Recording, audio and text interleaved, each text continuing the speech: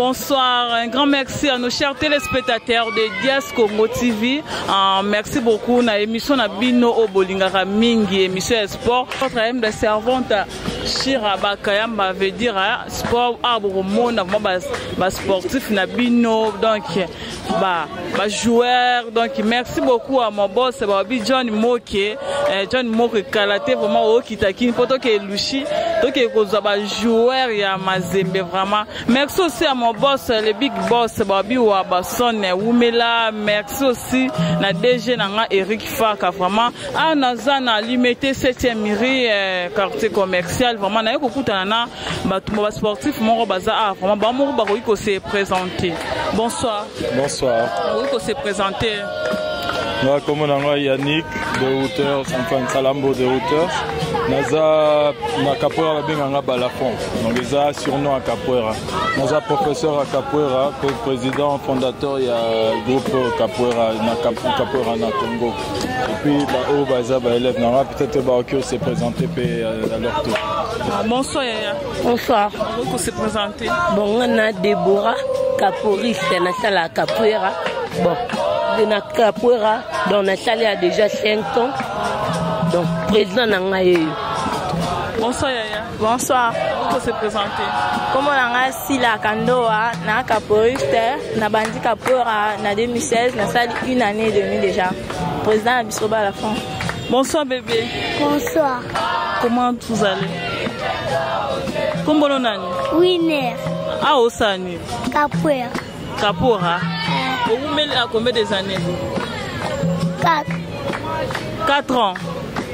Maman, tout ça peine les blancs à Bisso Awa. Bonsoir. Bonsoir. Alors je m'appelle Arnaud Martin et je fais un documentaire sur le groupe de capoeiristes ici à Limité. Merci. Vraiment toujours maintenant notre président, on va expliquer Bisso Capoeira, Capoeira le laxani.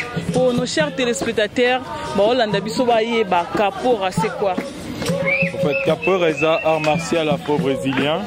Son art martial afro-brésilien pour les alliés africains au déportés dans le Brésil. Des barons de créer art martial pour se défendre dans les colons. Nous voyons les esclaves, pour se libérer comme libre. Alors il y a un développement qui est capoeira. C'est basé qui en fait na lutte, le roi Libanda va transformer en musique, moi danse. Ils ont pas dansé. Ils ont. On a quand on a le bâti Libanda. Poso bimisa, ba gros moment. Donc il faut comprendre. Il faut expliquer. Biso Libanda, ils ont nini. Libanda, ils ont lutte congolaise. Ils ont pénal lutte au Utui. Et ça les je crois entre Bandou, Nona, Équateur. Ils ont lutte mode donc d'origine congolaise. Mais ce que le roi ba esclave et belé bazoa bango na Congo, na Angola, na Bénin, un peu partout en Afrique, mais grande partie pénal na Congo, l'Afrique centrale. On a Brésil. Le roi peut déjà lutte en Liban, va transformer en haut. Et comme ma danse, ma nini, ma musique, pour camoufler côté nango lutte. Pour colon mon aïe que non bazar ça lutte et belé. Parce que bazar banga que non jour musu suba se retourner ba comme ma case.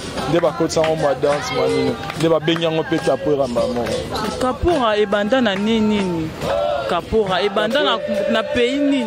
Au fait, capoeira Tokyo Loba et Uta na Afrique mais écolande na Brésil. Donc ezal roi maman zaina mwana na Katali Bumu en Afrique à Kekuna Botier.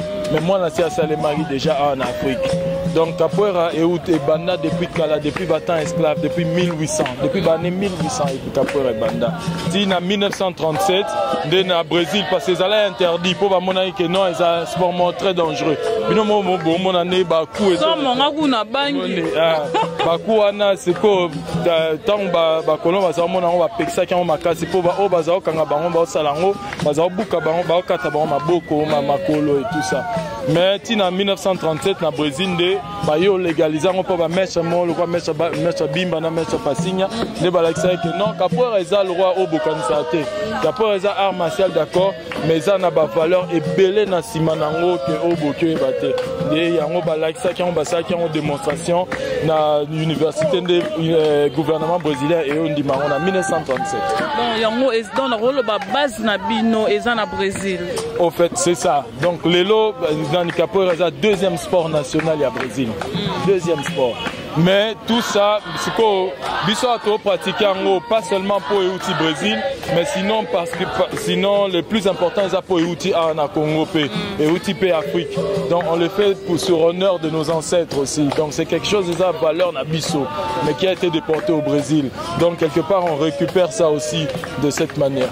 Mais ils ont peur na Congo, mais pourquoi pas bozoyemba na portugais, beaucoup plus ko balusa na lingala. Si mais toyemba banzembo ebele na lingala. Na yoki ka portugais, na yoki goûter. Malembe ke banalisu muke. Ke ba soki ozoki. Yango na toyembi yango malembe keba malembe keba malembe keba. Wana ezala en fait na philosophie ya capoeira eza na ba o ba oyemba na sima ba yemba arabi yemba te ba yemba pe marambo ezoleka kuna ba sala attention derrière kutu yo tango kene kuna sala imabe. En fait c'est vraiment plusieurs valeurs nde eza véhiculé na kati wana pe banzembo ebele pe na lingala ekoti na kati banzembo ya Kikongo pe eza na kati parce que ebele ya ba Kongo pe ba mema bango kuna donc ba banzembo ya Kikongo pe eza.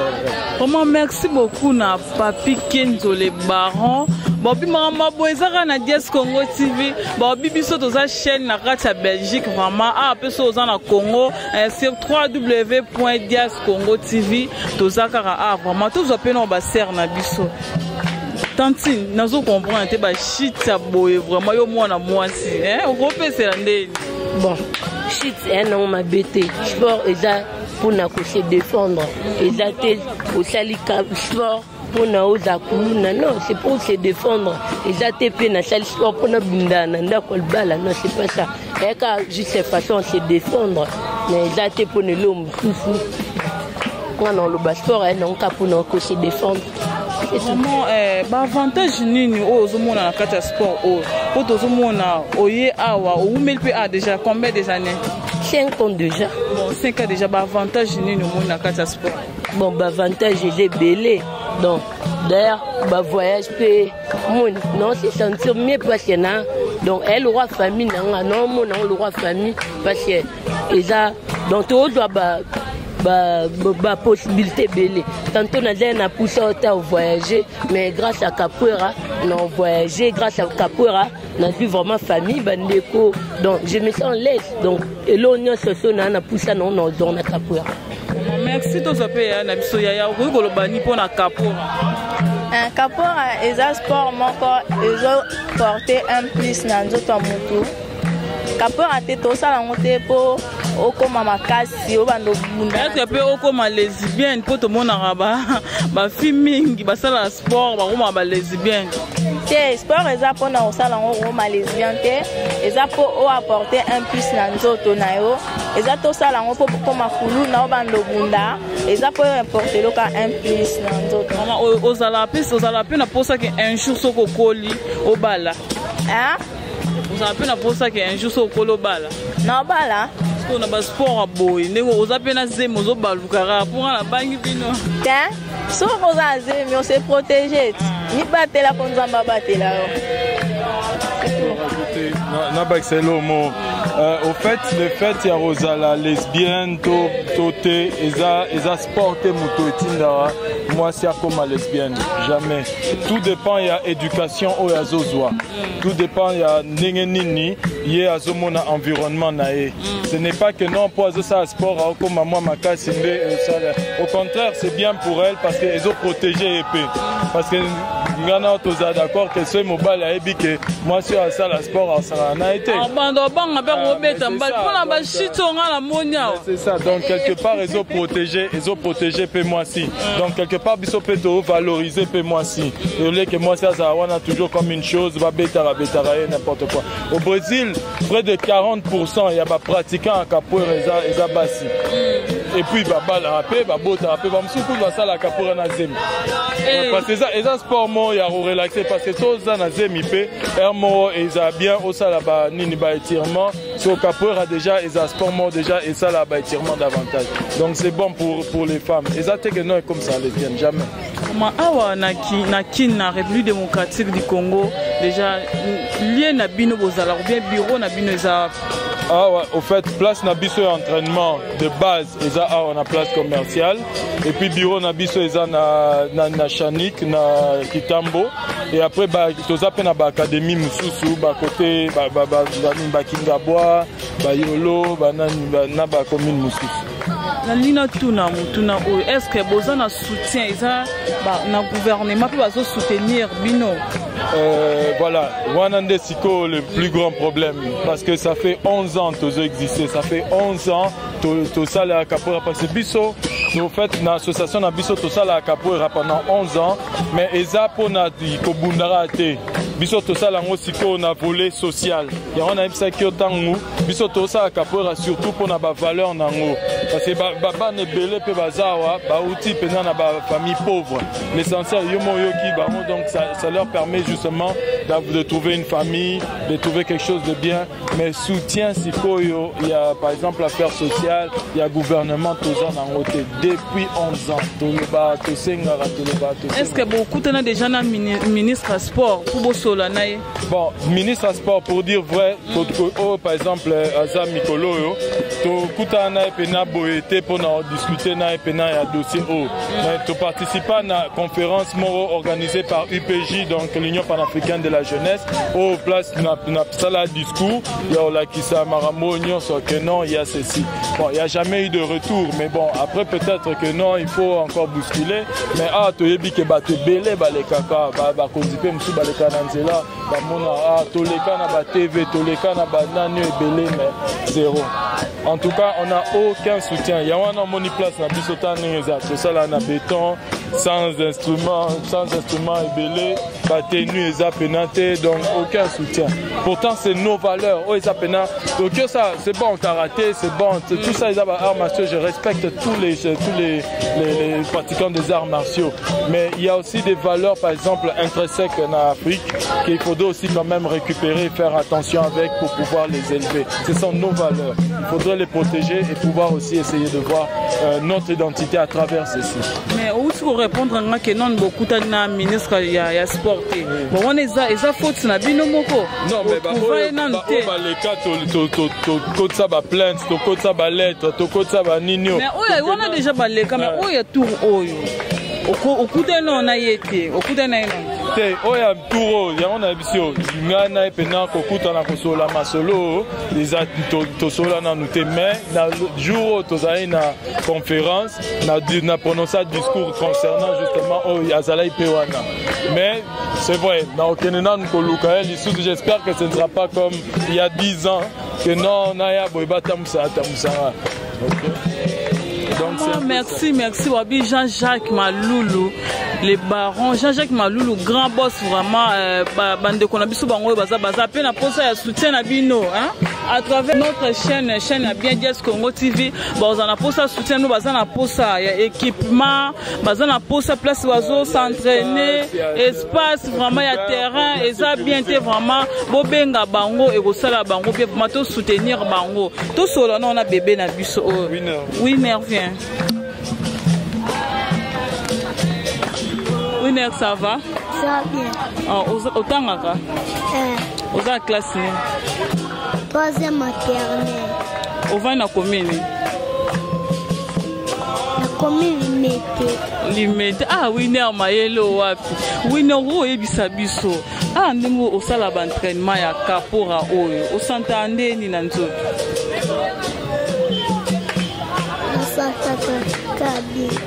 On a mon oza makasi ba shicho zobeta na bakia ye makasi siko ozo yebisa bandeko oya yo baleki na yo ba ya na bazana ndaku ko yelo bana baoni na ko yebisa ka bomba ya kanisa so ba yeba buka na te obeta bonte po oza déjà ancien obeta bango yebisa bango boya na kapora ndoba boya na kapora vraiment babi sport boye vraiment mais ce qu'on a dit na toutes nos questions pour gérer bato boye pour gérer basi mibal on s'entendait pour gérer bato c'est difficile hein mutu mutaza na comportement na ye aza na éducation na ye o gérer bango ndeni.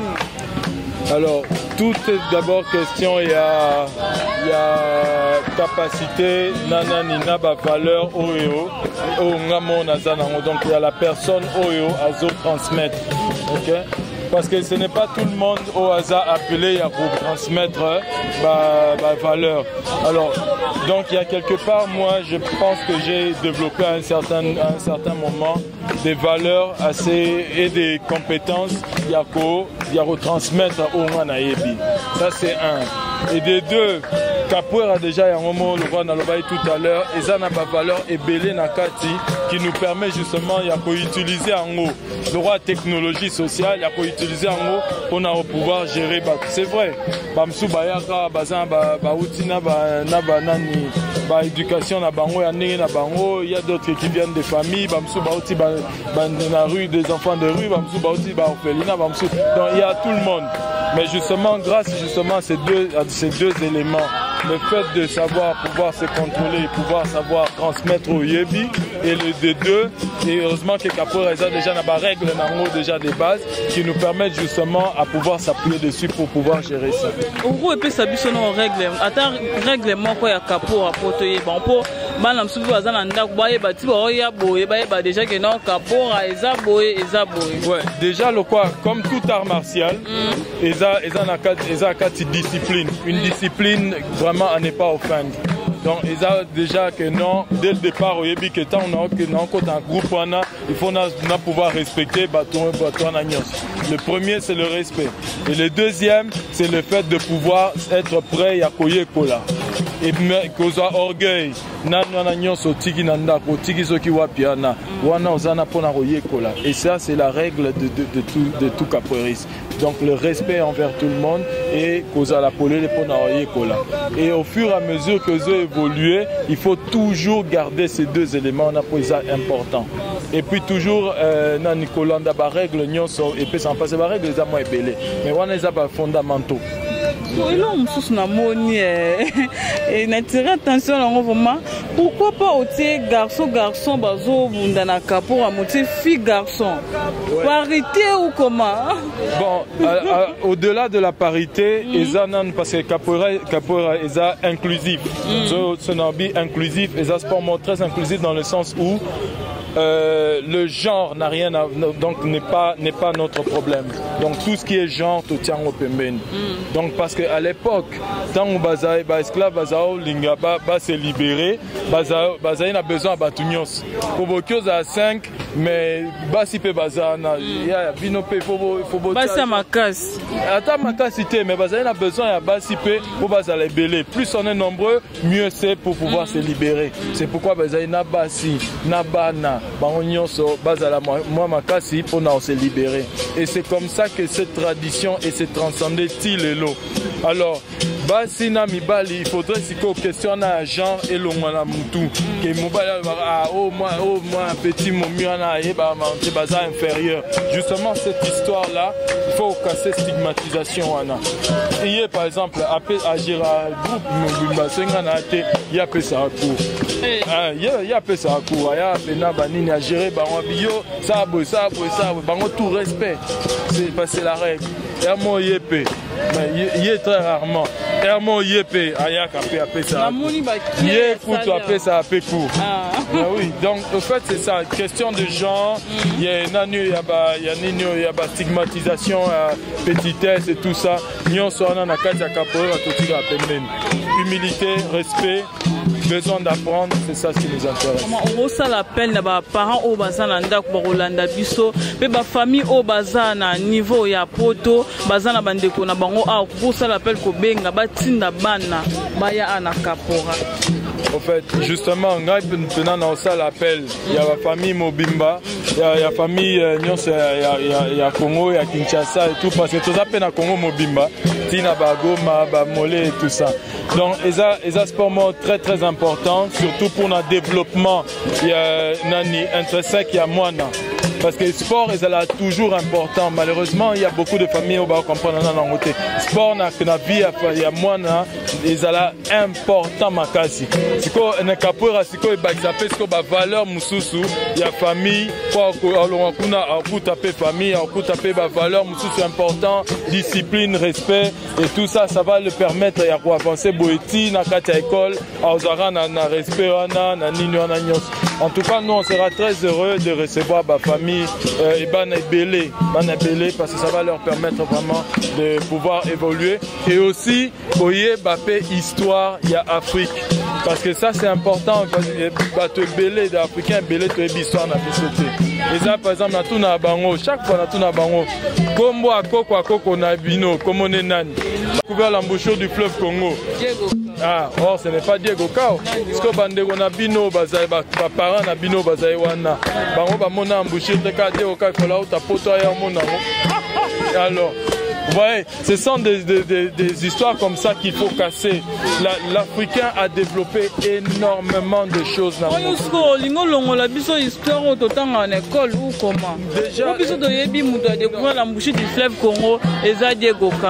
non, justement, ils ont Diego Cao. Et bon, bande qu'on a biso bazala wana. Okyo benga biso na numéro 081 026 70 70. Donc 026 70 70 ou bien 085 004 22 22. Répétez. 085 004 22 22. Est-ce que vous avez un compte Facebook? Vous avez un compte Facebook qui est à Abada Capoeira Congo. Donc so komika attention komika Capoeira Congo. Capoeira Abada pour la grande association ya Capoeira au Brésil. Abada Capoeira Congo. Attention komika na Facebook Capoeira Congo et l'action Abada Capoeira Congo. Merci beaucoup à mon cordon, cordon Patrick et Oumela, mon DG Naya Mbinga bien, Eric Ifa qui est vraiment merci aussi, na caméraman Mbinga Babi Bruno Congolo toujours en forme avec maman chérie des langues jambes, moi c'est Mbinga. Merci aussi à ma copine chérie Samantha, il faut vraiment la coiffure à Sika, bon la rende na ngeli le roi Angelou, merci aussi na bébé Yoka, Babi bébé Yoka, éloge qui dinda Oumela. Christian Manvoula, on est ensemble même moral. Christian Manvoula et Loge Kidinda vraiment.